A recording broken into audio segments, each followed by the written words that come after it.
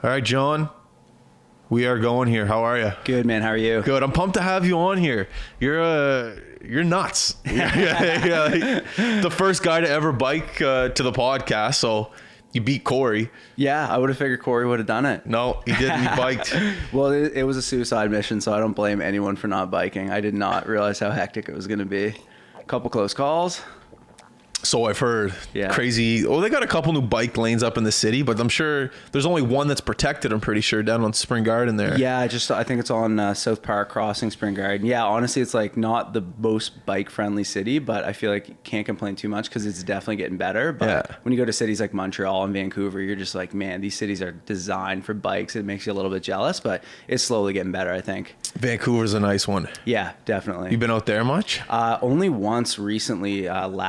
This time last year, actually, I was in Vancouver. Oh yeah. And that was everyone always told me like, man, if you go out there, you're not going to want to come back. And I did really love it, but Halifax is definitely still home. I love the city. I don't even.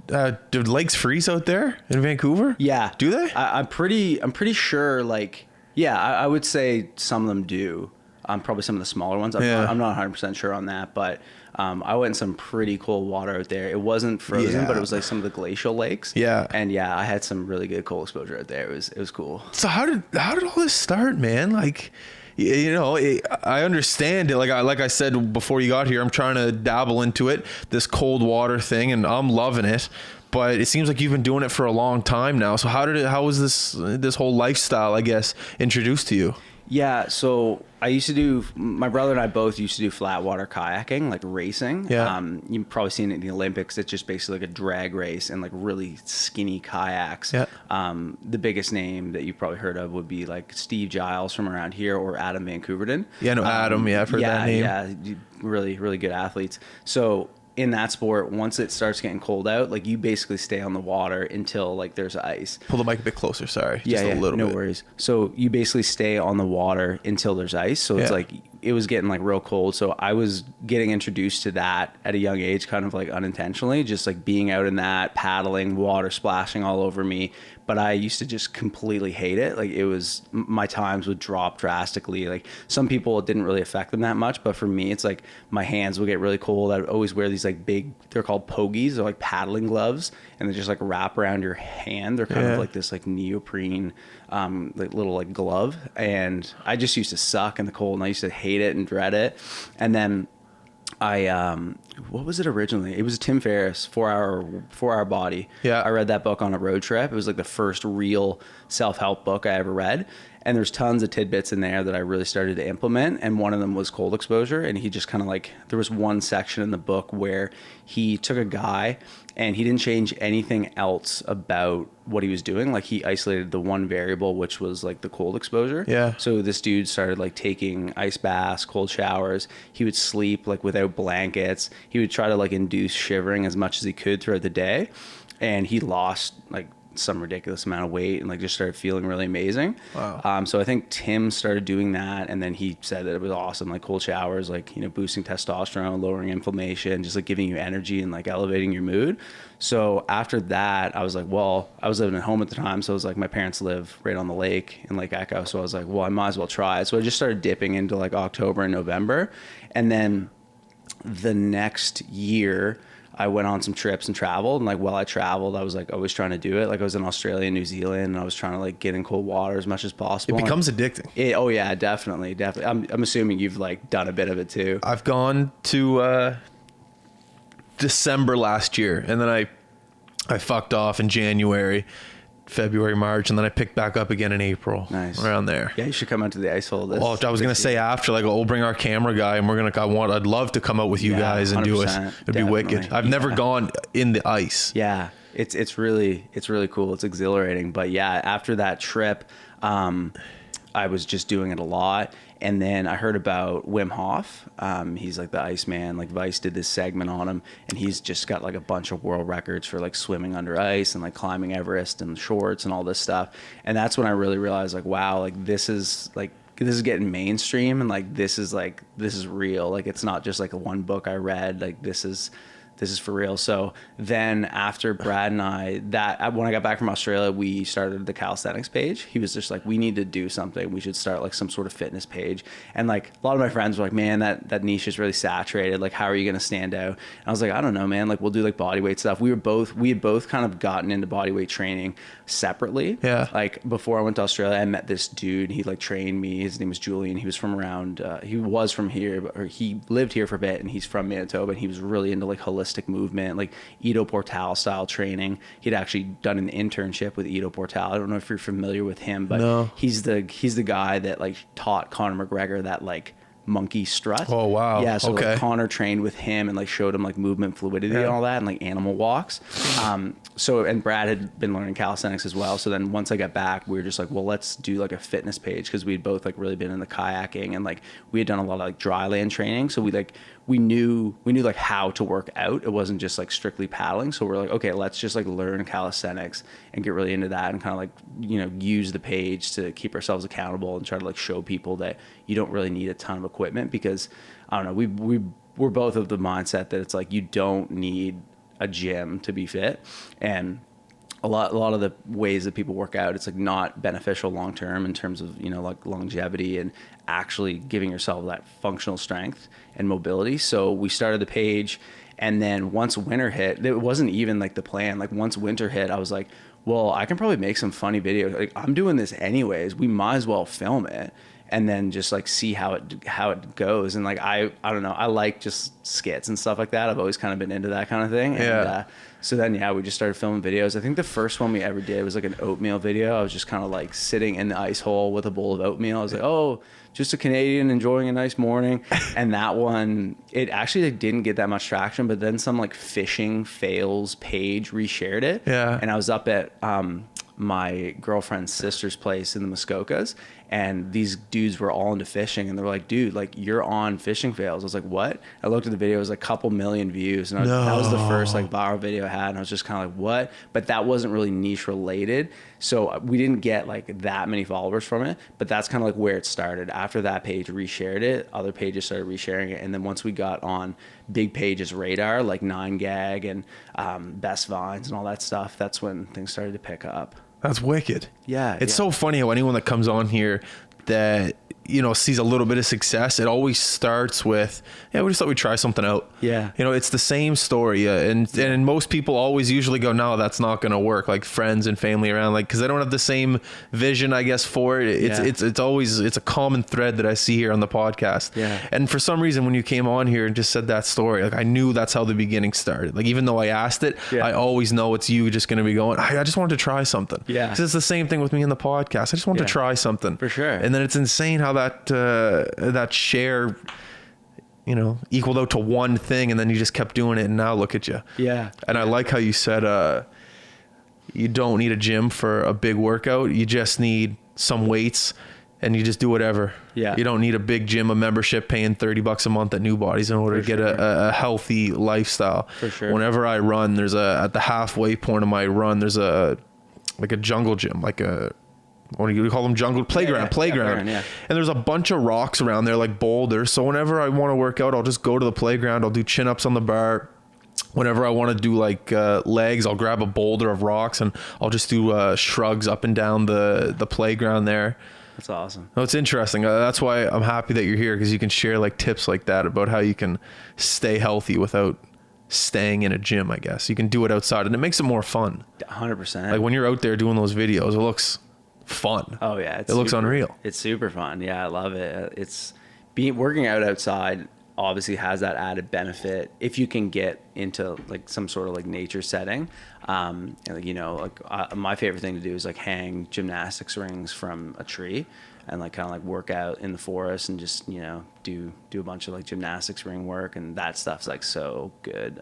It's really hard to get into. Yeah. Once you start getting the hang of it, it's just so addictive. It's just this whole rabbit hole. I haven't actually been doing it much this summer. I've been more doing like cycling. Yeah. I'm really getting into cycling. I'm trying to get into that. Yeah. It's kind of like I saw like Dave Colligan, Corey Urquhart, those guys. Is it Urquhart? Is that how you say it? Urquhart, I think. Yeah. I saw those guys like posting about cycling last year. Yeah. And I was just like, man, this looks kind of fun. And I had a motorcycle a few years ago, and I was like, well, it's not going to be as fun as motorcycling. And now it's like I find it way more fun than being on a motorcycle, just because it's like that self-propulsion. So I still have it, like this crappy Canadian Tire bike. Is that the one upstairs? It is. Yeah. That does look like a nice bike. I mean, I take care of it real well, but I'm going to upgrade soon, because I didn't really know how deep like the cycling rabbit hole went, which was kind of stupid, but like you can spend like $10,000 on a bike. And I'm going to upgrade soon, like a slight upgrade from that, hopefully. Yeah. Going into the winter? Yeah. Might as well wait. Well, so what's going on is I'm doing this big cross Canada trip next April. I'm hoping to leave like April, May. I'm going to bike from here to BC. Wow, man. Yeah, I'm going to run it like a GoFundMe fundraiser, and I'm going to like raise money for various homeless shelters across the country. So when I rest, I'm going to like volunteer at different shelters. And sleep in the shelter? Probably not, just because I think that would like take up space. So I'll just like probably like grab an Airbnb or like just, urban camp or whatever, and just like volunteer or stay with friends, and then just like volunteer time at the shelters and like donate and like run fundraisers, maybe do like some cold exposure fundraisers along the way. So I'm like talking to Cyclesmith right now, and I think they might sponsor the trip. So I'm looking at getting a bike from them and just like promoting as I go. Definitely. I'm trying to get like other companies involved too, and just be like, hey, do you want to help my journey? Like blah, blah, blah. And then I'm going to run the GoFundMe for just like regular people who don't have companies that just might want to help out. Yeah. That's insane. Yeah, it's going to be fun. I just kind of like decided to do it. I was just like, man, I need a goal to work towards, because I was kind of getting a little bit stagnant, and then cycling was like pretty new for me. And I just decided if I decide to do it, then I'll just start lining things up. And that's kind of what happened. I just one day was like, yeah, I'm going to do that. I want it because I need to travel too. Yeah. And I haven't traveled like extensively for a while. So I was like, might as well see Canada. Because every time I travel, everyone says, man, you're in the best country. Like, why don't you explore there? And yeah, I really should. Dude, that's insane. Cross country. Yeah, it's going to be wild. It's one of those things where I know that once I start, there's going to be multiple moments where I'm just thinking, what the hell am I doing? There's no way I can do this. But that's what, did you listen to the Corey podcast? I did. I listened to it all. Yeah. I listened to it on my longest ride, actually, that I've been on. So you heard the story about him biking back, I think he said from Windsor or PEI or something. And he said he just almost gave up halfway. It was so tough. Yeah. I think his wife dropped him off. I think he's done a few of those rides, I think, somewhere far away, like in like Fox Harbor or something like that, in Glasgow. I don't know. And the wind, he said, was so bad. And he was just like, I don't know if I can do this. You're going to have to be prepared for that. Oh yeah. I did my first official century, last week, just over a week ago. Yeah. And I listened to that podcast on my rest at about 100K.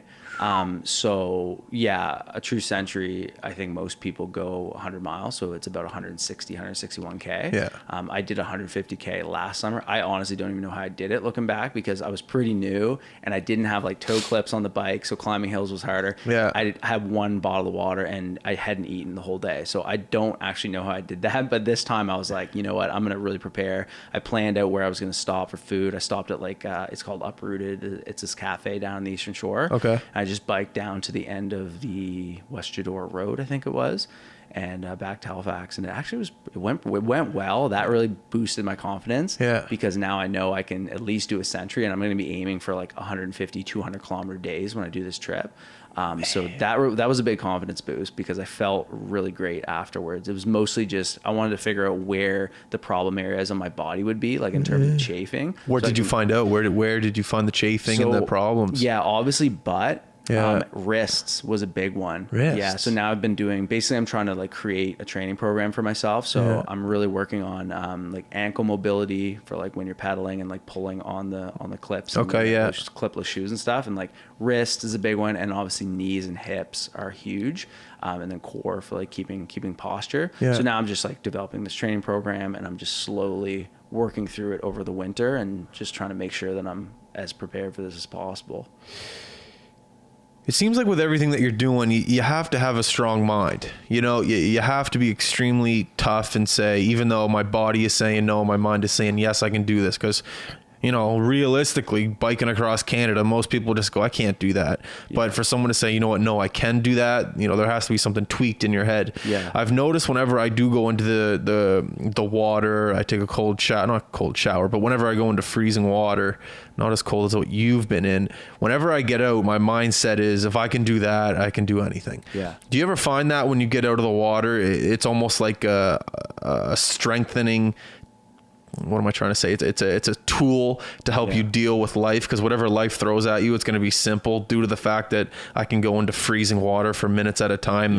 I can do anything. Is that your mindset when you go into the water? Because that's what it is for me. Yeah, definitely. It's like you're flexing a muscle, like the mental muscle. And I have this podcast, or no, it's not a podcast, sorry, it's an app. It's called the Waking Up Course by Sam Harris. It's like a meditation app. Yeah. And he has various guided meditations, like daily ones, and then he has lessons. And one of the lessons is mental training.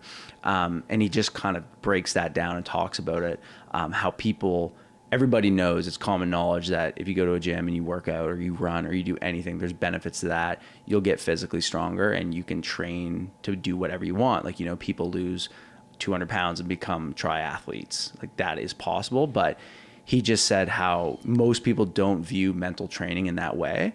They just don't think like, oh, they just kind of accept their mind for what it is. Oh, you know, I am this, I am that. They tell yourself a story and you just kind of continue the narrative with your life.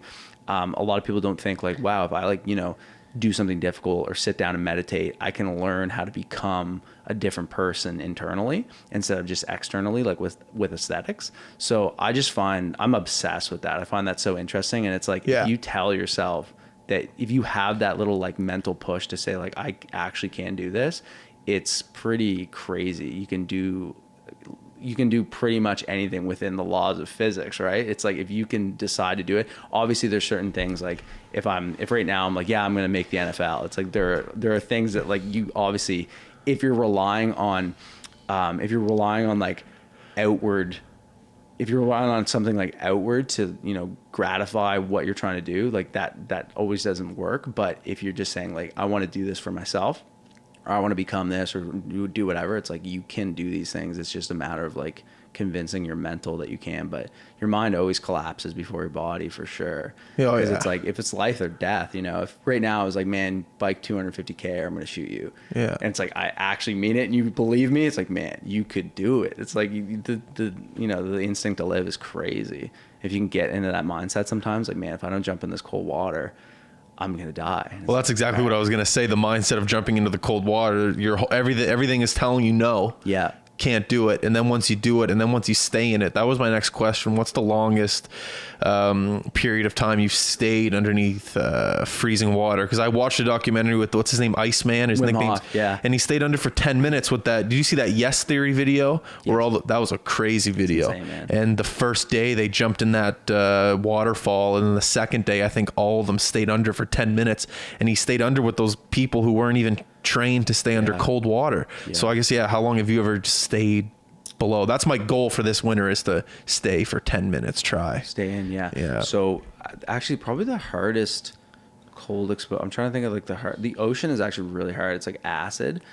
Staying there for like a couple minutes, and then cold showers. One time in like mid-February, I took a cold shower, and I think it was like 12 or 15 minutes, and like it messed me up. I was shivering for so long after, and the water just gets so cold in the winter that sometimes I find waking up and just getting into a full blast cold shower is like harder than anything else. Cause like, at least like when I'm going into the lake, you're walking out to it, so you're experiencing like the outward temperature, and you're like, all right, this is gonna suck.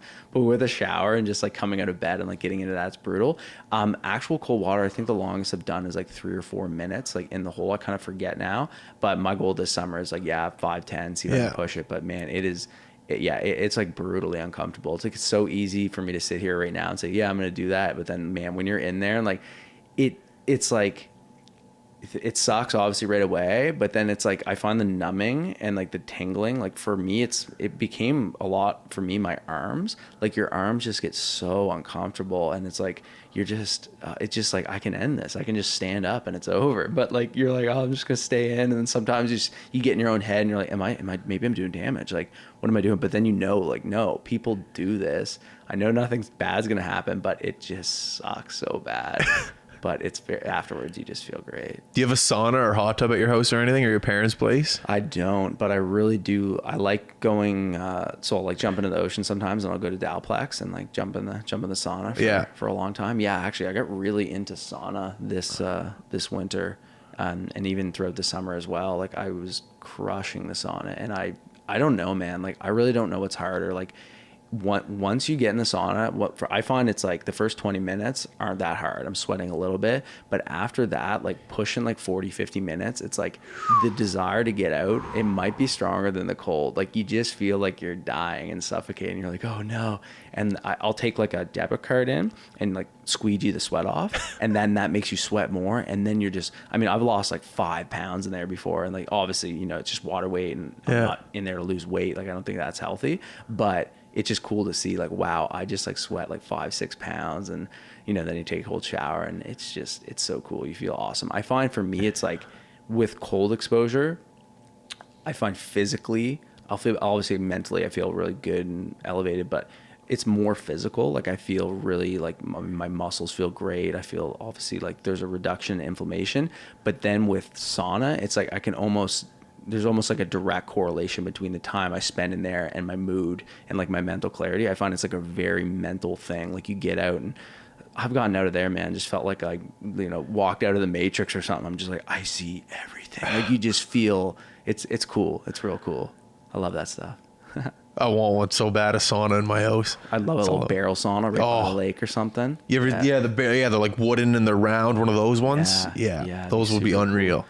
Jump right into the cold water. You come out, you go right into the sauna. Oh man, yeah, that whole. I've actually never been to a Nordic spa, but I know obviously some of my friends have, and like it just seems like so up my alley. One of my friends actually, we're actually trying to create a Nordic spa here in Halifax. That'll do well. We're looking at land in Terrence Bay. Okay. And we're going to like do a crowdfunding thing to like kind of gauge the market to see what people would want, like have rewards and, you know, different packages that people can have, because I mean, it's come down. I think it used to be like, oh yeah, like, you know, Nordic spas and hot and cold. It's just good for relaxation, but now it's like, you know, there's so many studies coming out. It's like, no, this can help you live longer. This can like help depression. There's just so many things that it's, you know, actual tangible evidence of what these kinds of therapies can do. Yeah. So I think knowing that, people are more likely to, you know, want to go to these places and experience the benefits.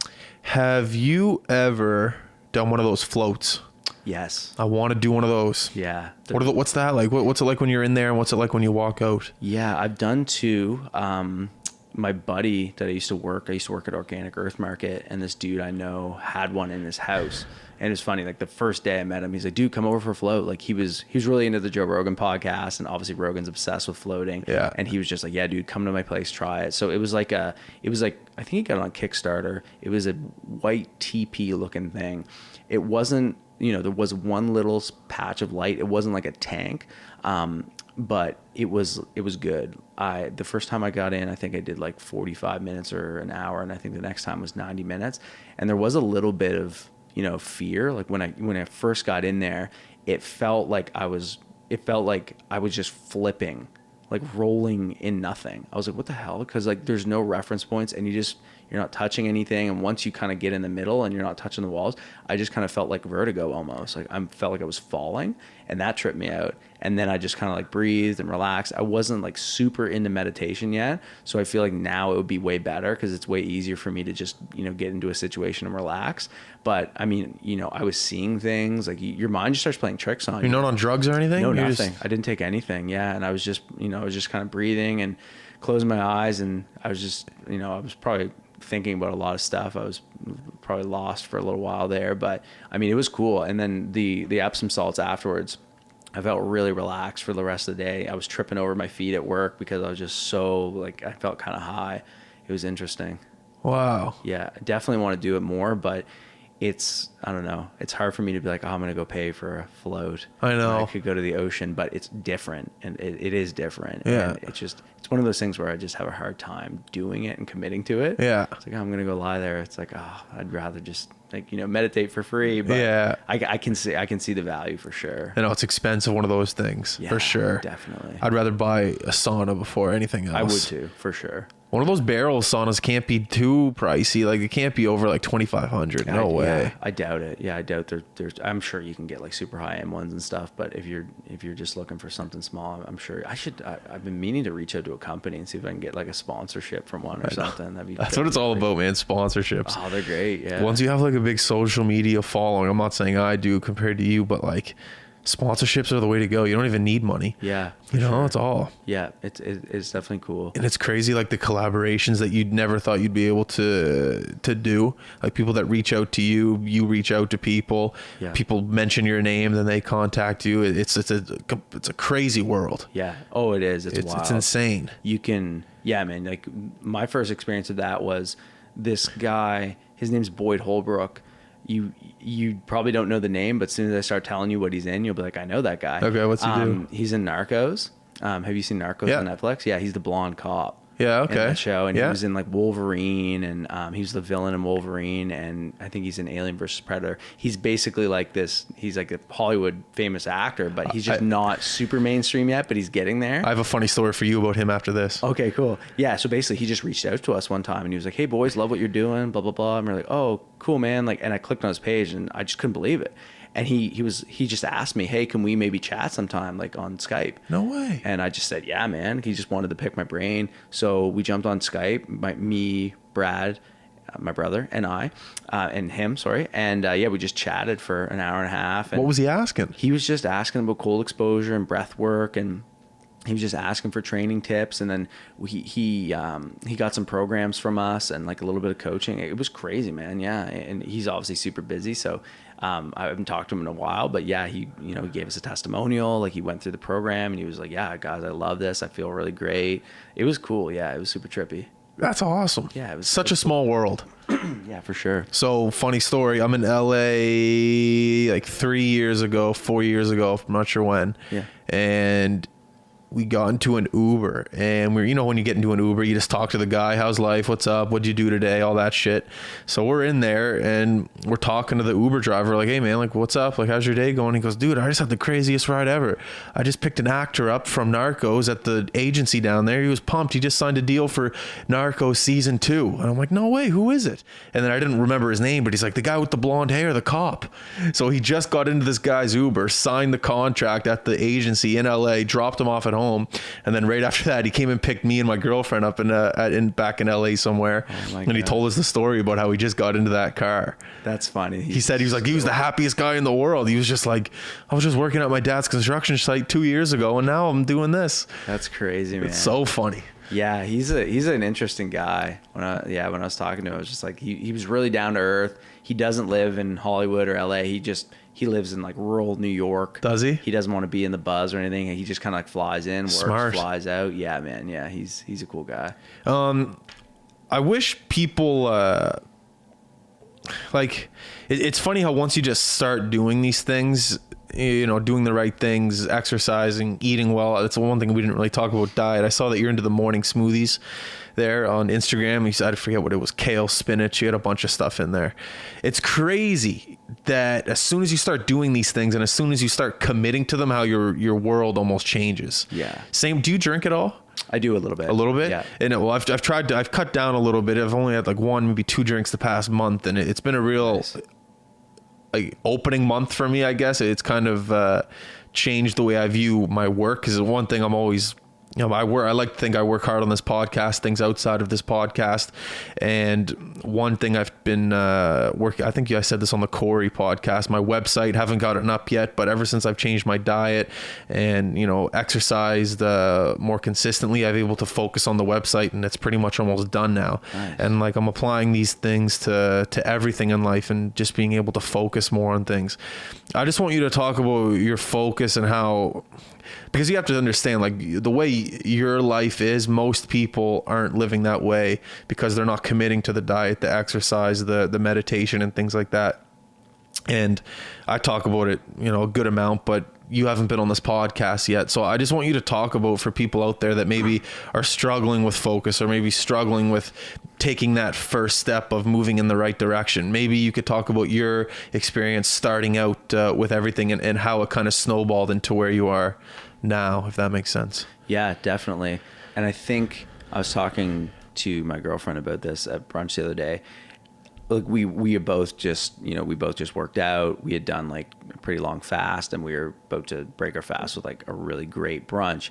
And we started with a juice, and we were both just like, man, we feel so good right now. Like I think if people knew how good it's possible to feel, it wouldn't really be a struggle.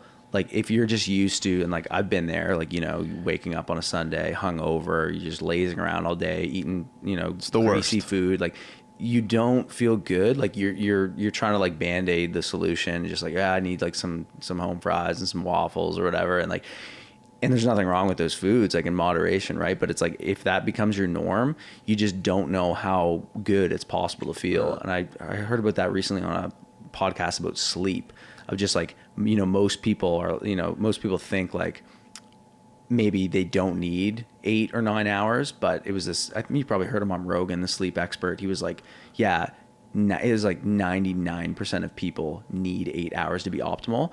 If they don't get that, they could feel better. They just don't realize it. But there's a very small percentage of people who can thrive on 4 or 5, but it's like very small percentage of people. So he's like, it's safe to assume you're not in that percentage. So just get your 8 hours. And that really changed my whole mentality on sleep. But in terms of everything else, it's just, I think obviously the people you surround yourself with really matter.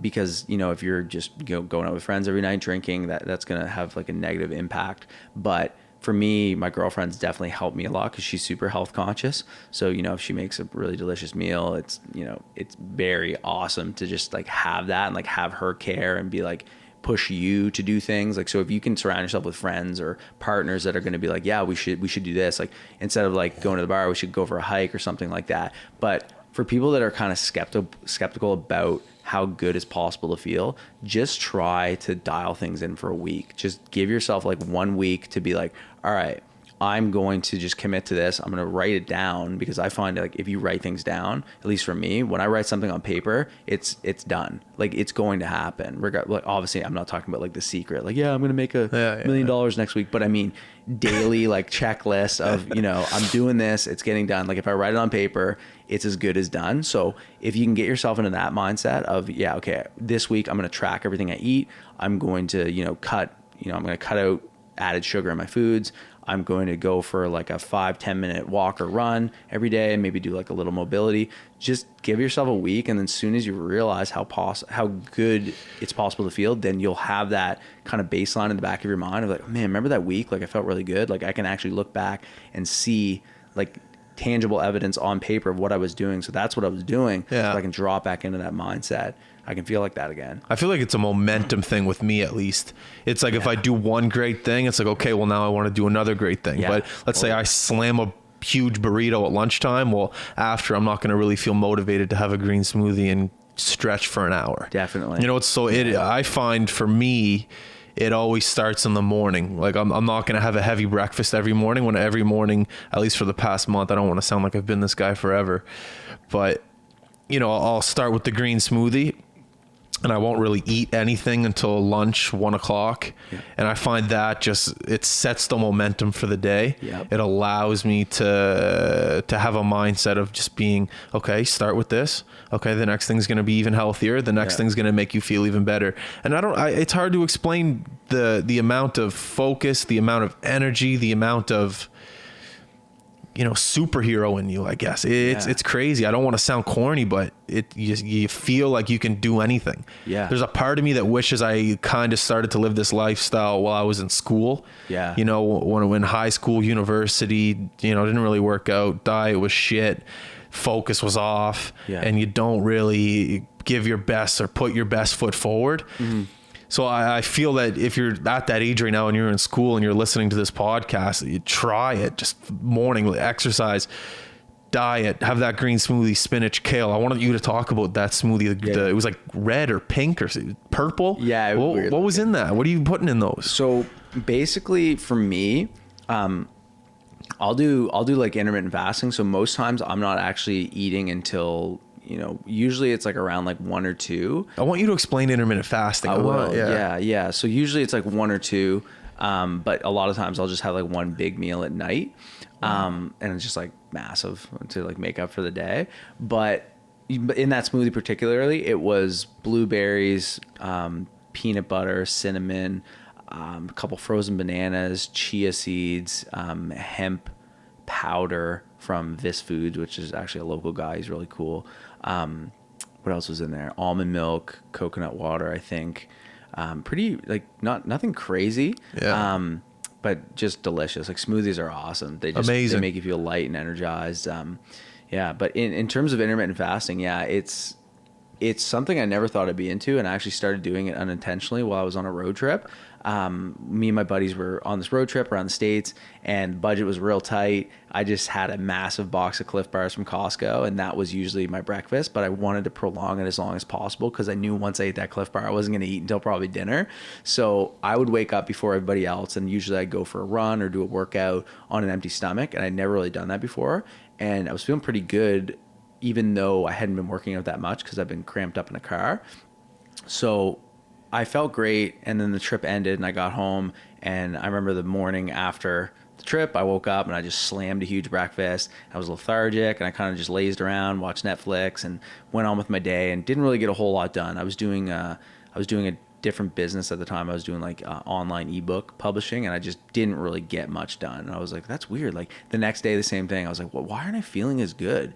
And I just couldn't put my thumb on it. I couldn't put my finger on it. I mean, and then I just kind of kept living my life that way of, waking up and just eating like I would eat a massive breakfast. Like I'd wake up and just have like so much like cereal or oatmeal or whatever. Yeah. And and then my brother stumbled upon a video, Greg O'Gallagher, he's a guy out of Toronto.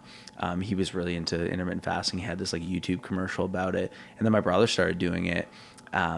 Mostly I think he started doing it to save money. He's like, oh, this seems like, I don't have to eat as much and I can get lean. And he started doing it. And like he had actually put on, when he originally quit paddling before calisthenics, he had put on a little bit of weight, like not a crazy amount, but it was noticeable. And like I would kind of, as a brother, call him out. Man, you got to like get back into it. And then out of nowhere, he just leaned out. He was just like more cut than me, and I was like, whoa, like what are you doing? He was like, oh, I'm just like working out a bit and like doing this intermittent fasting thing, and I feel really good. So that really, I started diving into kind of like the research behind it and like kind of seeing what the benefits actually might be. And then once I was kind of convinced on that, I just dove in. I was like, all right, I'm going to do like daily I think I started with 14 daily 14-hour fast. So, stop eating, once you stop eating at night, I would like start my timer and I'm not eating for another 14 hours. And I gradually just bumped it up to like 16, 18. Then I was like, I'm going to do a 24-hour fast, 48. And I started doing longer ones mixed in. You did a 48-hour fast? I did actually an 85. That's my longest. Off. Yeah. And that was like, I mean, man, one of my clients, he's done a 10-day fast. Like it was supervised, like not under my supervision. Like, and he just said it was mind blowing. But in a good way or bad way? He said it in a good way. He said it completely changed his relationship with food. Like by the end of the 10 days, he felt like he could have kept going. But in his mind, he was just like, do I even need food? It started getting like weird. So he just slowly started eating again. And yeah, man, it's like really crazy. Like, yeah, like I said, 85 is the longest I've done. I was going to say, what was your experience? What was your mindset at hour 85? It was just, honestly, I could keep going, but really? I need to do some coaching calls. So I'm going to eat. But it was kind of like just a decision. I felt like I could keep going. I did 172 hour before that. And then I had done I was trying to do a 72 once, and I did I think it ended up being like a 55, but I got they call it the keto flu, like ketogenic flu, and you just start feeling real off and weird. I hadn't prepared for it properly. It was too spontaneous. I don't think I had enough salt.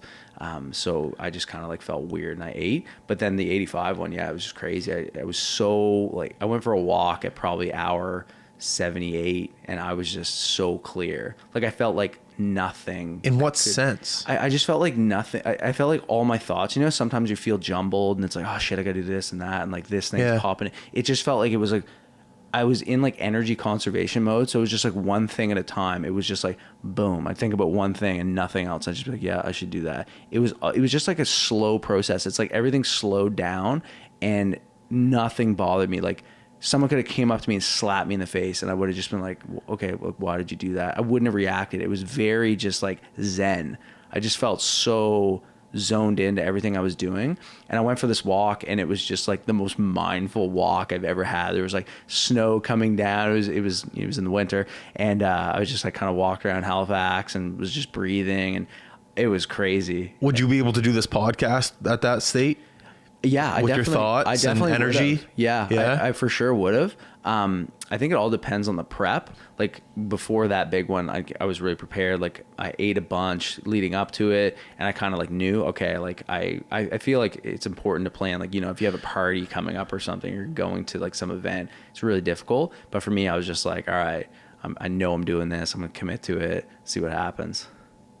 Yeah, it's weird. But I mean, the intermittent is usually what I do. I'm not doing that like every week, right? Yeah. It's like usually it's just like a daily 18-hour fast, which becomes nothing. It becomes so simple. Yeah. Your body gets used to it after maybe like a month, and that's just what you do. Can you drink water during this? Oh yeah. Pound water. Pound sure. water. Yeah. So that's all. It's just water. So the things that won't break your fast, it's like water with like a bit of salt in it.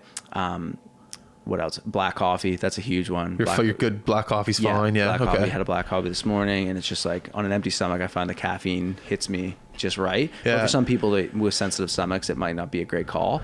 And then like non-fruity teas, like, you know, green teas and stuff like that. You can have those. Sparkling water is a huge one. Suppress the appetite a little bit with that as well. And I think there's some like unhealthy things that technically won't break your fast, but it's like Coke Zero or some shit, like something that you wouldn't want to be taking in anyways. But yeah, it's weird, and it's hard for people to wrap their heads around until they try it. And then it just becomes like a lifestyle. Like everybody I know who started doing intermittent fasting, they just don't look back. It's like, yeah, this is just what I do now. Like my girlfriend was like really skeptical for a while, and she would always just be like, are you fasting again? I was like, yeah, it's not like, I'm not just a fad thing. This is like how I eat now. And she listened to some podcasts about it. She obviously didn't listen to me. Now she might though. Yeah. She listened to like Rhonda Patrick's podcast and heard her talking about it and like actually citing like tons of research about fasting. And then she was like, I'm going to try it. And now it's just a no brainer. That's just what she does too. So how many days a month would you do this? Just like you do it a couple days a week, or? Yeah, so I do intermittent fasting every day. Sometimes it varies. Like today, right now, you haven't had anything to eat this morning? No, nothing. Yeah, no. Sorry, I gotta ask. Yeah. So every day you're doing intermittent fasting? Yes. So then tonight you're just gonna have a big meal? Yeah. So basically, I kind of play it by day. I'm almost all about like mixing intuitive eating with intermittent fasting. So kind of like listening to your body and just kind of like actually trying to see what real hunger feels like. So like with the 85-hour fast, I feel like the most interesting part for me was I was most hungry within the first 24 hours. Then it just vanished. Even when you woke up, you weren't? No, it's super weird. It's like I get the hungriest out of anything I've ever done. The hungriest time for me is probably like 19, 20 hours in. My stomach starts going nuts. Like when I first wake up in the morning, I'm never hungry. It's never even a thing. Like right now I can feel a couple like hunger pangs, but you can kind of just see it vanish. It's weird. It'll just come and go. It's not like an exponential thing where you just keep getting hungry and hungry and hungry. Like you can read reports of people who have like almost died from starvation, and they just say like towards the end, it's like they like before they get saved or whatever, it's gone. They almost like don't want to eat. It's really weird. Yeah. It's an interesting thing, but yeah, for me, it's like intermittent fasting. Sometimes I'll cut it. Like sometimes if I'm like really hungry at hour 14 on a given day and I have to do a bunch of stuff, I'm just going to eat. I used to be really attached to the clock, and I'd wait till the second it hit like 15 hours and I'd be like, okay, now I can eat. But now I'm just like, that's not sustainable. I'm just going to relax a bit. Yeah. So most days I don't even know how long I'm going to go, but usually it ends up being 18, or 24. I usually try to do one of those a week and just kind of feel it out. Yeah. That's nuts. It's you just different. Let your body do what it's supposed to do. Yeah, definitely. And just try to just eat when I'm actually hungry. And as opposed to that like first hunger wave, because almost with certainty, that first time you feel a hunger pang, it's like your body's just trying to survive, right? Yeah. It's like you're not actually hungry at that point. It's just like, oh shit, like I should eat. Or it's like a social thing, right? Oh, I'm out. I'm not. That was my next question. Do you ever feel any social pressure when, let's say the boys, hey, let's go grab some pizza, and you're like, okay, well, sure, I'll come, but I can't eat, dude. How do you deal with that? Maybe for some people that's a thing, but I just don't care what people think. I'm just like, I'm doing this. My friends, I feel like I'm so immune. Like I get chirped for everything I do. Like Instagram, my friends destroy me. I'll make a post and like we'll have a Facebook group and they'll just post it, be like, "Oh yeah, asshole," like nice, and just rip me apart. So I'm just used to all that. So when I hang out with friends, and I have this one rule that I follow. It's for eating, and it's like I will never eat donuts because I used to just be so addicted like Timbits and donuts, and like I would eat them to the point where I was just like shaking from the sugar high. So I was like, I used to eat a dozen donuts a day in junior high. Like I'd buy a dozen donuts, bring them to school with me, and eat them throughout the day. And people would ask me for one. I'd be, get the hell away from me. Like I was just so hungry from like paddling training and such an idiot with nutrition. And like I made that rule, no donuts. Almost every time we hang out, somebody buys a dozen donuts. Like, hey John, just like waving in my face. I'm like, no, I won't eat it. So I'm immune to that kind of like social pressure to eat. Yeah.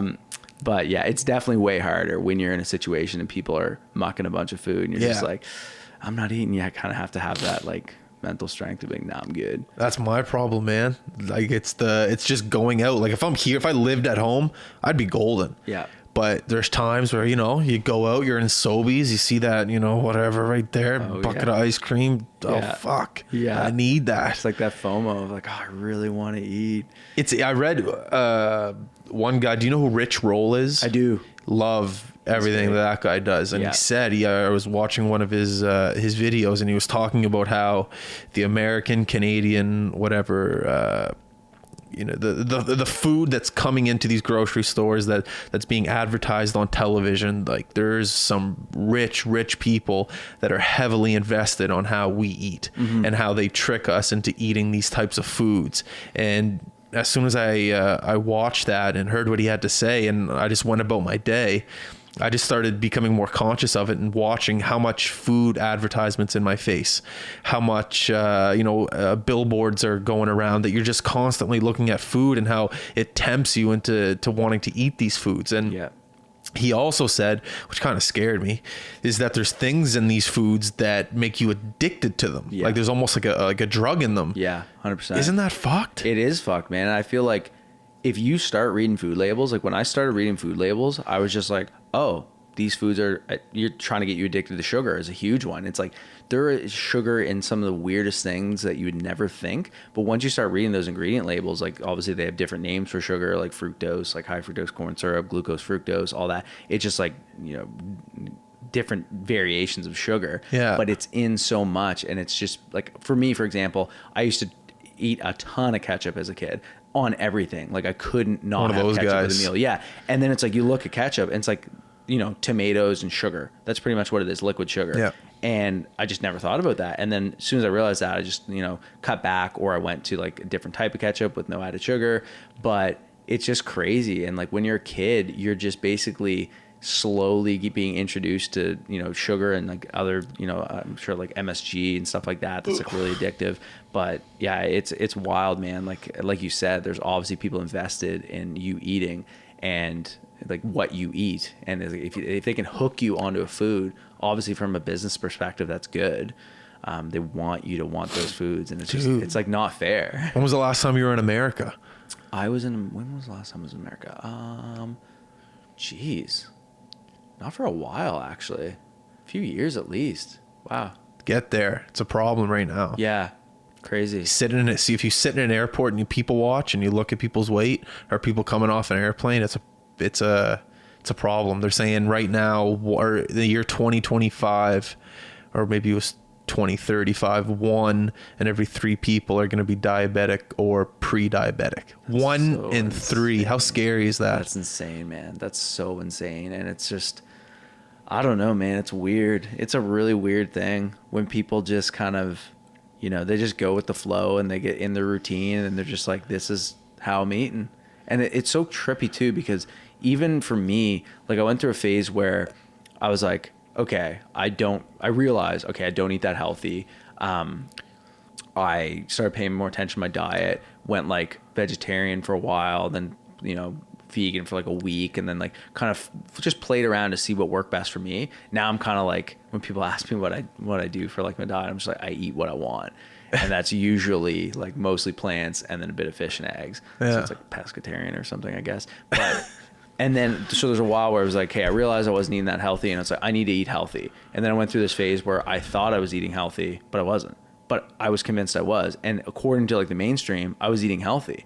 But even in the things that you think are healthy, sometimes you look at the ingredients and you're just like, man, this is shit. Like, there's still tons of sugar in this. There's all these added ingredients. See, that's like, the phase I'm at right now. Yeah. Okay. Yeah. And I definitely remember being there, and it was just like, I actually need to like not listen to marketing at all and do my own research and figure out, eat whole foods, and just like, really make sure that for me, the main thing is like, the more basic you can keep it, the better. The fewer ingredients and things, the better. The more you can cook for yourself, so that like, what's in your sauces and all that stuff. Because it's like, I don't know, it's weird. Sauces are a bad one. Oh, like, they're so good though. Yeah, and it's like it's sriracha mayo on a burrito. Oh. It's so crazy. It's like I have this thing where it's like, even if I'm eating something that I know maybe isn't that great, I'm not sure. It's like I'll eat it and then I'll read the ingredients. I'm like, damn it, it's what I thought. But it's just, there's sugar. For me, it's the main one. And I think that's like I've heard podcasts before and it being discussed of like, nutrition and diet is such a complicated thing and everybody has different theories, but anybody credible isn't saying that more sugar is good for you. That seems to be the only thing that's agreed upon, is like, if you can minimize your sugar intake, that is a better, way to eat. But everything else is just up in the air, like whether, meat or like plant-based or like whatever. Everybody has different theories, and I think it just depends on what's going to work best for you, because obviously we're different people. Yeah. Who are some of your mentors? Where are you getting this information from? With the power of the internet, you're able to look at so many people, look at so many routines and theories and things like that. It's almost too much, to be honest with you. I have a new mentor every month, it seems like. Yeah. But who are you liking? Who do you think saying the right things these days? Yeah, so I kind of have different mentors for different things. I find like I'll have like, business and then, nutrition. And I find Rogan is a good way to kind of like find people to listen to. Like I can pretty much like track my life back to pre-Rogan and post-Rogan. And it's like not just him, it's the guests that are on his podcast. So when I started listening to his podcast, like I didn't know about like any of this world really. I was just like pretty new to everything. I was just, doing going through the flow. Going to the flow, yeah. And then it's like, oh man, and I heard this podcast with him and Duncan Trussell. I don't know. He's one of the best guests, repeated guests on that podcast. The guy is... He's amazing.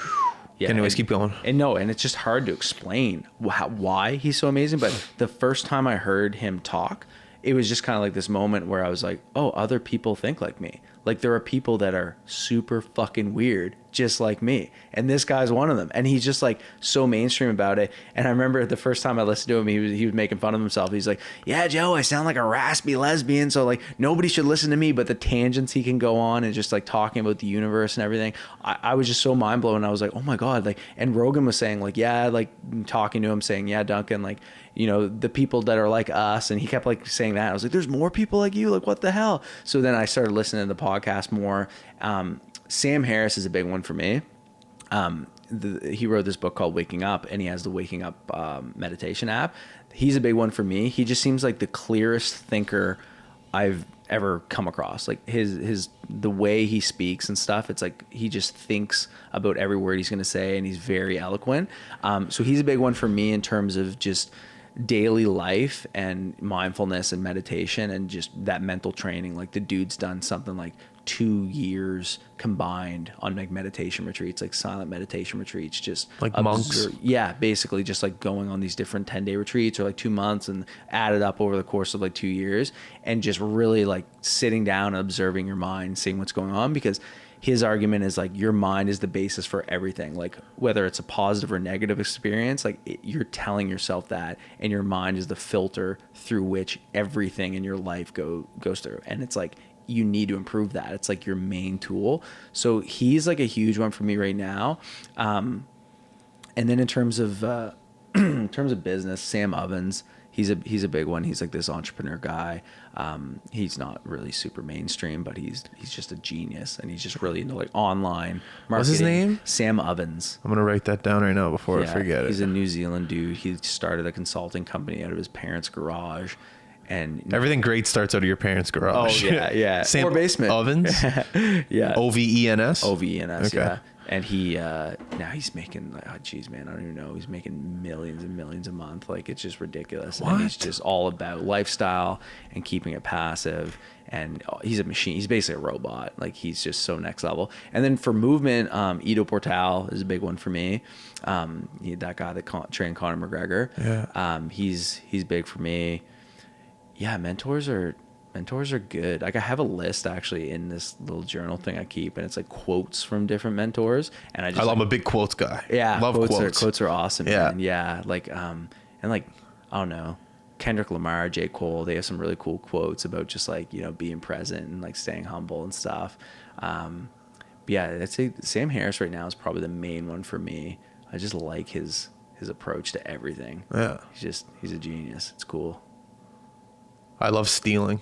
Yeah. From guys. Yeah. Like you just listen and you're like, okay, well, he's doing that. And then you just go out and do it. And you're like, wow. Yeah. That's what he was talking about. Definitely. And I find that like when I talk to like different smart people or entrepreneurs, I find that it's like you're just asking questions about stuff that people are doing just to try to like nitpick. And I find that's something I don't do enough of because I just listen. But I think it's because I'm afraid of paralysis by analysis, like you mentioned. What does that mean again? Paralysis by analysis? Paralysis by analysis. So it's basically like if you go to a restaurant and there's 100 things on the menu, it's going to take you a while to decide, but there's 4.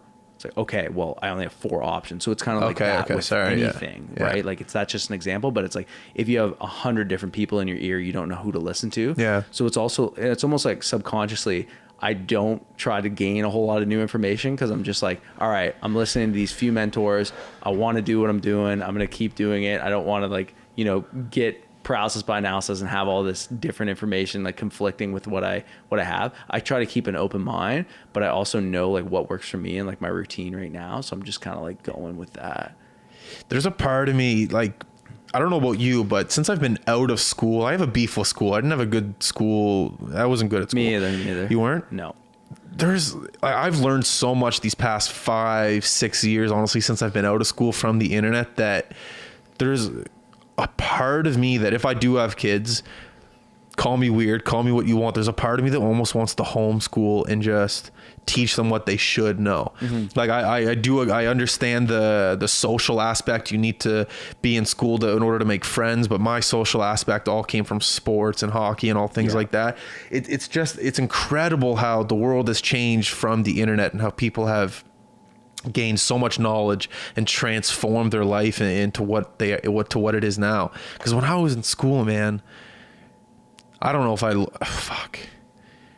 I learned anything that I could care. Maybe in economics class, I learned that if there's cranes in the sky, the economy's doing well. Yeah. But like other than that, like I'm not sure if I learned too much. Yeah. Yeah. No, I'm not.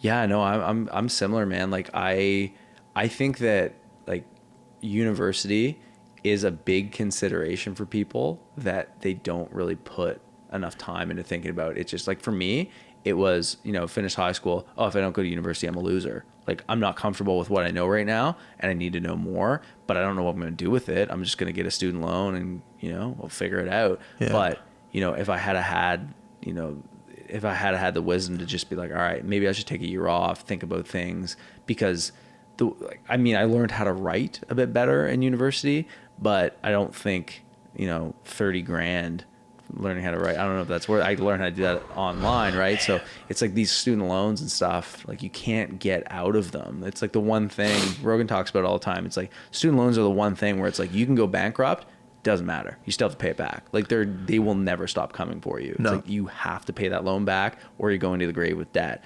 And yeah, man, it's weird. Like, yeah, school. I have a weird one with school too, because most of the successful entrepreneurs I listen to didn't go to university. They're just like, yeah, man, I'm good to go. Like I just did what I had to do. I learned what I needed to learn, and now I'm doing my thing. I definitely didn't need it. I met some cool people. I did an exchange, which if anybody is in school, I always say, man, do a student exchange. It is the best thing ever. Yeah. Went to Europe and just like met the coolest people and had the best time. And it was like, it was a 40 was anything below a 40 was a fail. Yeah. And then any mark you got transferred as academically neutral if it was a pass. So a 51 was as good as a 99. Unreal. Yeah. So it was really crazy to just do that. But yeah, school is weird, man. It's real weird. Yeah. I mean, yeah, I just got a little beef with it. Just when I see kids going to school having anxiety and not knowing what they want to do, I just see myself, and I just want to let kids know that it's not the end all and be all. It's not going to define you if you fail your economics 12 exam. Yeah. Because when I did fail my economics 12 exam, I thought I was done. I thought I was going to be homeless. Yeah. You know? Oh yeah, you get that huge pressure. Did you go to university around here? I went to SMU, but when I went, I just went to the library and like watched movies. Yeah. Like I went and I was like, what the fuck am I doing here? I was 18 years old, same thing as you. Like my friends went, so I'm like, I guess I'm going. Yeah. And then I went there and I hated what the teachers were telling me. I was listening to everyone doing exactly what they thought I should be doing, and nothing was really coming of it. I always knew I wanted to do something in communications, podcast, something with a video camera. I knew I always wanted to dabble into it, but I never had the balls to do it because I was scared what people were going to think. I was a hockey guy. Hockey guys don't really do that shit. Yeah. So it's more common now, but back then it wasn't really a thing. Yeah. And then as you just get older, you go through life, you change up your routine. You meet people along the way. I went to Europe as well, met some really cool people, didn't go on an exchange.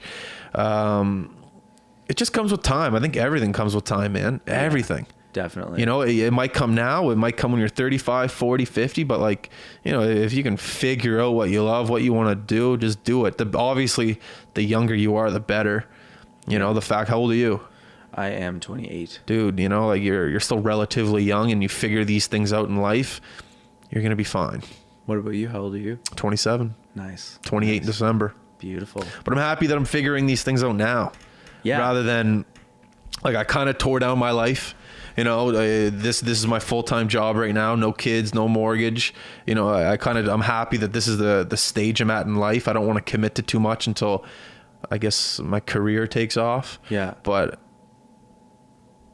yeah, life's good. Yeah, man. Life is good. And like, you know, keeping that perspective and like, you know, remaining grateful, it's super important. And yeah, I think that like, I feel like the main piece of advice that I would give to people where I see people like really fucking up is like they're overextending and they're not staying minimal. And, you know, they're like, oh, I need to like get a house and then do this and then do that. And like, I need to follow this like cookie cutter process. It's just like, no, man, like you can make your own path and like, you don't need to do that. And it's like, if you don't overextend and stay minimal and only keep what you need and, you know, have the experiences that really matter to you at the forefront of what you're doing, then that's gonna be really important. Because it's like, if you just go and like buy like all this expensive shit, like and this is coming from someone like, this used to be me. I was such a materialist. Same. Like, in high school, I bought a $250 t-shirt from Duggars, like an Ed Hardy t-shirt, and I thought I was the man. And it was like, I was blowing money I didn't even have. I bought like $300 Dolce & Gabbana sunglasses. Club Monaco has all my money. All my money. And it's just crazy to me. Like, I was such an idiot. And, you know, I was just always blowing money. And like, I thought these things don't make you happy. Like, they just don't. And like, I love listening to people who say that. Like, you know, I heard the story about this dude the other day. He was like a billionaire. And he could barely get out of bed in the morning. He was so overweight. Yeah. Like, he just didn't prioritize properly. And it's like, if you put like friends, family, health at the forefront of everything, and just obviously like you need to make money to survive, but it's like, if you don't overextend, then what you need to make just goes down significantly and you can spend more time enjoying what you want to do. But it's when people overextend and they just keep upping their lifestyle. It's like, if you do that, man, it's like, I've seen that even with myself. It's like, you know, if I have a good month with business, like my mind I see my mind going like, shit, maybe I should lease a sick car. Like maybe I should do that. But I know I'm like, no. But most people like wouldn't know that. And I wouldn't when I was younger either. And you just start getting yourself down this like weird rabbit hole of like, well, shit, now I need to like work for this, and I need to work for my house and for my car, and I need to pay for my car to get to work. And it's crazy, man. Yeah. It gets this weird, and then you're stuck, and then you don't have that freedom. Yeah. But like, God, that freedom is so important. That's the best part about this is it's Monday morning, 9 a.m. right now. I don't have anyone telling me what to do. Yeah. I got a check upstairs that I haven't opened. I know the amount that's in it, and it's due to this podcast. Yeah. It didn't come like that. It didn't come from episode 1, but now we're at episode 256, or not 56, 26, and people are starting to take notice. Yeah. I was patient. And I'm not saying I'm anywhere now. I'm not able to afford a house. I'm not able to do these things quite yet, but I know what's coming. Yeah. And it's because I took everything in my life that I didn't like, got rid of it, the fancy clothes, the high cell phone bill, everything that I thought I need that I didn't. I tore it down. I'm not saying, you could be a minimalist. It's not for everybody. I'm not saying I am either, but if you can just tear down the things that you realize that don't matter and then put it all, I guess, your energy and focus into one thing, just master that one thing, and I don't know, things will start happening. And I think that's a true definition to you, to what you're doing. And I'd like to think myself, but that's awesome, dude. I love man. that. So do you like sponsorship? Like how do you work it? Yeah, we got we sell packages. So, one package is you get 10 episodes and we'll advertise for you. And then we have another one that's 20 episodes. And then we'll also do video skits in these packages. Right now, we're not selling too many packages. We're more selling individual podcasts, like 2, 3 at a time. Nice. So that's essentially how we're selling advertisement right now. Nice. Like I said to you, it's crazy in the internet game, how you can reach out to people. People will reach out to you. People will recommend you to someone, and they reach out to you, and then they want to buy advertising. Right now, we have an advertisement with On Point. They're a mentorship group here in Halifax, and they help athletes that are post-career, get used to the real world without that kind sports. Of depression afterwards. Yeah. Exactly. Yeah. So I thought that was a great advertisement for us, because essentially our demographic is 18-35. So for them, their demographic is right there, 18-25, right in the middle, where you're trying to figure life out, what you're gonna do. That's such a good idea. Why didn't I think of that? Right? Oh, it's wicked. Yeah, it's unreal. They're a really cool company, and I've noticed that this podcast is great for our demographic that is 18-25, because I really preach the do what you want, break things down, be happy. I'm really trying to preach that, because when I was at that age, I had no fucking idea what I wanted to do. As soon as I found out I wasn't going to make the NHL, I was like, uh-oh. Yeah, man. Uh-oh. Same with me with paddling. Oh, I'm not going to the Olympics. Like, I'm injured now. I have to quit. What? Dude, I was almost fired. I've pretty much been fired from every job. Like, I'm a terrible employee. Yeah. And I just had a real couple years where I panicked. I'm like, I wasn't really depressed. I was just panicking. Like, I knew I had the capability to do something, but I just panicked. I was like, what are you going to do? I was the same, man. Exact same. I remember being in Giant Tiger, like hungover, and like literally having a panic attack. Like, in the back room, just my chest. I was like, what the fuck is going on? Like losing it, man. And then just being like, I can't live like this. Yeah. Like, I need to do something. It's weird. It's a weird thing. And sports can really mess with you like that when you're used to having a team and you're like, I'm just going to continue to do this forever. Yeah. And it's like, oh, you didn't make it. Yeah. Uh-oh. Oh yeah, that's a great company idea, because that's a real thing for sure. Yeah, she's great. Chantel Bryan, she's really cool. They came on the podcast actually and preached about who they helped, and they've had crazy amount of mentors. They help foreigners come in too, people that just moved to Canada and are having trouble finding a job. Nice. So really cool company. Yeah. That's awesome. What about you? Who are you working with these days? Usually, like what we do mostly is we sell like online training packages and then like online coaching packages. Cool. So that's mostly what we do right now. Nice. We have like online clients, and we have like every once in a while we'll do like a sale on some of our online programs, and that'll like up it. Yeah. So we have like different 6-week handstand courses, 12-week packages, muscle ups, like different techniques that you can learn, or just like generalized packages. Yeah. So that's mostly what we do. And and that didn't come overnight. No. Yeah. I remember the first sale we got, and it was like a grind. Like we were just, we built it up, and slowly it was like, all right, let's like release this. And, I think the time when we released our first one, we had like 30,000 followers, and we're like, oh, we'll release this. And then like a massive percentage of our followers will buy it. And it's just like, no, a very small percentage, for people to actually give you dollars, that's like the true vote, right? It's just like, okay, like that takes a lot for people to be like, I'm actually gonna like support you, or like I want this. You really have to. That's where marketing is so powerful. But you said something just a few minutes ago that was interesting. Like, it's Monday morning, and you're just kind of like doing your thing, and I'm doing my thing, and it's like, that is a great way to like evaluate your life.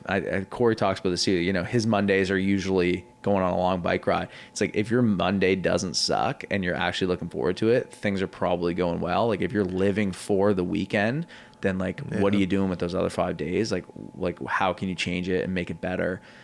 You know, whether that's whatever you want to do. Yeah. I like to keep my, and I think that's a great correlation with diet. When you have sugar, you're up, you're down, you're up, you're down. I like to live my week just kind of straight line. Doesn't matter if it's Saturday or Sunday. Yeah. I'm still working towards the high button. I'm still trying to get guests on. I'm still trying to come up with ideas. Yeah. And I find if I'm eating like shit, you know, I'll be great for a bit, then I'll come down, not message anyone. Cause like talking to people, like you're a complete stranger. I didn't know you till now we know each other, but you know, it kind of takes up balls, but you got to put into your head, okay, I'm going to message this stranger, invite them over to my house, have them on my podcast, and hopefully it works. Yeah. You know, that it might not seem like a lot, but you know, if you're not all there with yourself and in your head and comfortable with who you are, that's a big, it's a big step. And I used to struggle with that at the beginning of this podcast, getting guests on. But now if I like what you're doing, I don't give a fuck. I'll message you right now. Say, hey man, love what you're doing. Come on the podcast. Yeah. So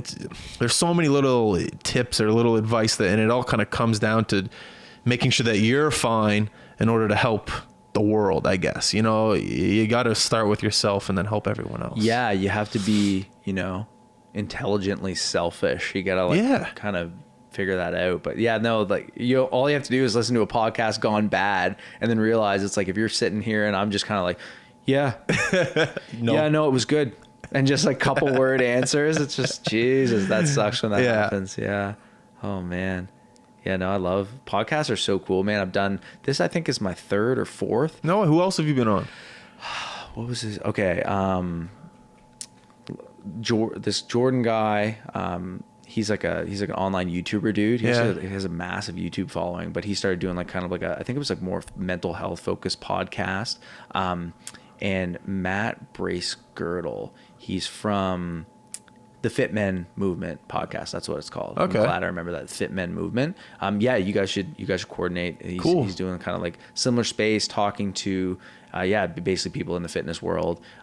He's a cool guy. He does it with his partner. I forget his partner's name, but we actually grew up right beside each other and we never spoke. He went to a different school. No way. It was funny when we got on the podcast. He's just like, I grew up at the end of the street. I was like, oh my God, that's crazy. Super nuts. But yeah, and what was the other one I've been on? Fitmen, Jordans. Geez, maybe that's it. No, I think I am forgetting a couple, but the third guy's pissed. He's like, I'm right here. Yeah, come on, man, come on. Yeah, no, the podcasts are great. It's just cool. It's cool when you have conversations like this, because I feel like I used to be better at speaking, and then I didn't do it for a while because I was in my own world, grinding away, doing like the entrepreneur thing, and just kind of buried in my laptop screen. And it's just a skill that you forget how to do, and you lose it.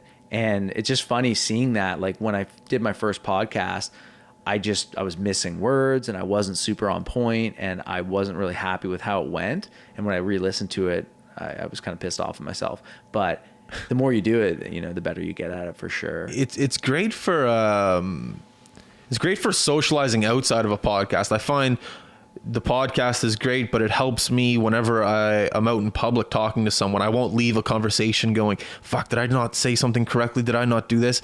It's a weird thing in my mind. It just helps me communicate clearly, I guess, on a social level. Definitely. You know, it's helped me in that way. I've never really been the best talker either. Words come a little bit slower to me. I have to think. That's one thing I'm trying to work on. I'm trying to cut like out of my vocabulary. Me too. I'm like this, like that. So it just makes me sound like a fucking dummy. So I'm trying to cut it out, but yeah, it all comes in good time, man. I'm trying to do the same thing. And I've probably 20 times in this podcast, as I'm speaking, I'm thinking, don't say like. Yeah, I know. And I know I'm doing it because I'm aware of it, but it's the fact that you're aware of it. Yeah. That's what matters, right? And I'm trying to do the same thing. Be aware of it. Know that I'm trying to slowly cut it out. It's hard, man. Like is a really weird one. It's very trippy. But another thing that I realized too with Sam Harris, the mentor I was talking about, he has a way of speaking. He's very eloquent, but he almost normalizes the slow talk and the pauses and shows that you don't it doesn't need to come out super fast. Like, I'm a pretty fast speaker, and I'm trying to work on that too, because sometimes I re-listen to myself and I'm just like, oh my God, I can barely hear myself because I'm talking so fast. And I'm really trying to slow down and just work on that. And there's nothing wrong with it, you know? And when you see interviews sometimes with people, they get asked a question and they'll pause for so long and genuinely think about it. It's great. You know, for 30 seconds. And it's like, they're actually trying to gather their thoughts. But you feel kind of like an idiot if you're doing that in the moment. Like, when you shoot me a question, I want to answer it right away because I want to seem like I know what I'm talking about. But there's nothing wrong with kind of digging in your mind and just pausing and, yeah, you know what? I do think this and XYZ, whatever. Yeah. Yeah. It is great. I love being able to think about something and talk. I don't do it as much as I want to on the podcast, but it's a cool thing. Yeah. Conversations are just a trip, man. They're just this weird winding path. Like, if you trace back this whole conversation and like where it started and like how it led down the paths that it led, it's really weird, man. That's why I stopped taking notes during the podcast. I used to have like a list of questions. Yeah. And I remember, like, let's say I had my next question for you would be like, you know, where do you get your hair cut and why do you do your hairstyle like this, whatever. And you answered it. I wouldn't be thinking of your answer. I wouldn't be listening, of your answer. I would just be thinking of my next question. Yeah. So you'd be rambling and I'd be looking at my page. Yeah. So I just stopped doing the notes and I just listen and then I rebuttal from what you just said. Yeah. So everything you say, I'm actually taking in, I'm paying attention, I'm listening. Yeah. And then as soon as I formulate that into my brain, I just think of, okay, what did he just say? Now rebuttal it to the next question. Yeah. And that has made all the difference. Yeah. You just listen. It makes it more organic for sure. I try to work on that too, man. Sometimes I'm not, you know, you're thinking of the next thing you're going to say and you're not super in the moment listening. I'm trying to get better at that and just, you know, listening in general. That's something like, just from a relationship perspective, sometimes I'm like talking to my girlfriend and I feel like guys, that's just males. I'm trying to always, like, if my girlfriend's telling me something, I'm trying to offer a direct, actionable solution right then and there. And sometimes she's like, no, I don't want that. And I can't, I'm just like, what do you mean? I just want you to listen. I'm like, but you can just do this right now. And it's like, no, sometimes you just have to listen. I'm trying to, you can't fix that. That's just guys in general. We try, but we can't, we'll never fulfill that need. Yeah. We'll just call her a bitch and tell her to get out. And it's done. Yeah. That's all you need to do. Yeah. Hey man, hour 20 minutes right now. Wow. That's crazy. I got shit to do. What are you doing today? I'm going to probably, I got a few errands to run. I'm going to probably cruise around on the bike a little bit. There you go. Run a couple errands. And get to work and do a coaching call. And yeah, man. Dude, I love talking to you. Yeah, it was great. Thank you. You're going to have to come back on the podcast. Man, 100%. When are you starting your trip out to BC, cross Canada? Yeah, it's going to be probably, right now, the date is Monday. April 20th. September, October, November, December, January. Okay, so we got a bit. Yeah, okay. I got some time to train for sure and get some shit together and, plan and coordinate. But yeah, looking at like April 20th or maybe like early May. Okay. I got to figure out the weather too. And if there's kind of like, I've just heard this term recently, perpetual wind. Like, it might actually be more of a headwind to do it the way that I'm doing it. Somebody mentioned that to me, so I need to look into that to see. Why? So like you might start in BC and come to Nova Scotia? I might do that. Yeah, okay. I know a guy doing that now. Actually, he's like got a mech sponsorship and he's biking from BC to Newfoundland. And there may be a reason, and I just didn't think about that. There may be more of a tailwind, and that makes, obviously, talking to Corey on your podcast, like you can see that makes all the difference. Like if you have a tailwind for most of it, but we'll see. I got to figure that out and plan it. Cool, man. Last minute of the podcast is yours. So if you want to shout out your Instagram, which I recommend you do, thank anyone who's helped you along the way, go ahead. Mike's yours. Definitely. Thanks, man. Yeah. Our Instagram is at Mayo_bros_calisthenics. And we, post a bunch of fitness content on there. We have a Facebook group, Mayo Bros Calisthenics Movement Group. Try to, keep a little active community there. We have online programs, online coaching, just getting into one-on-ones here in Halifax as well. Doing some one-on-one training mixed with online stuff.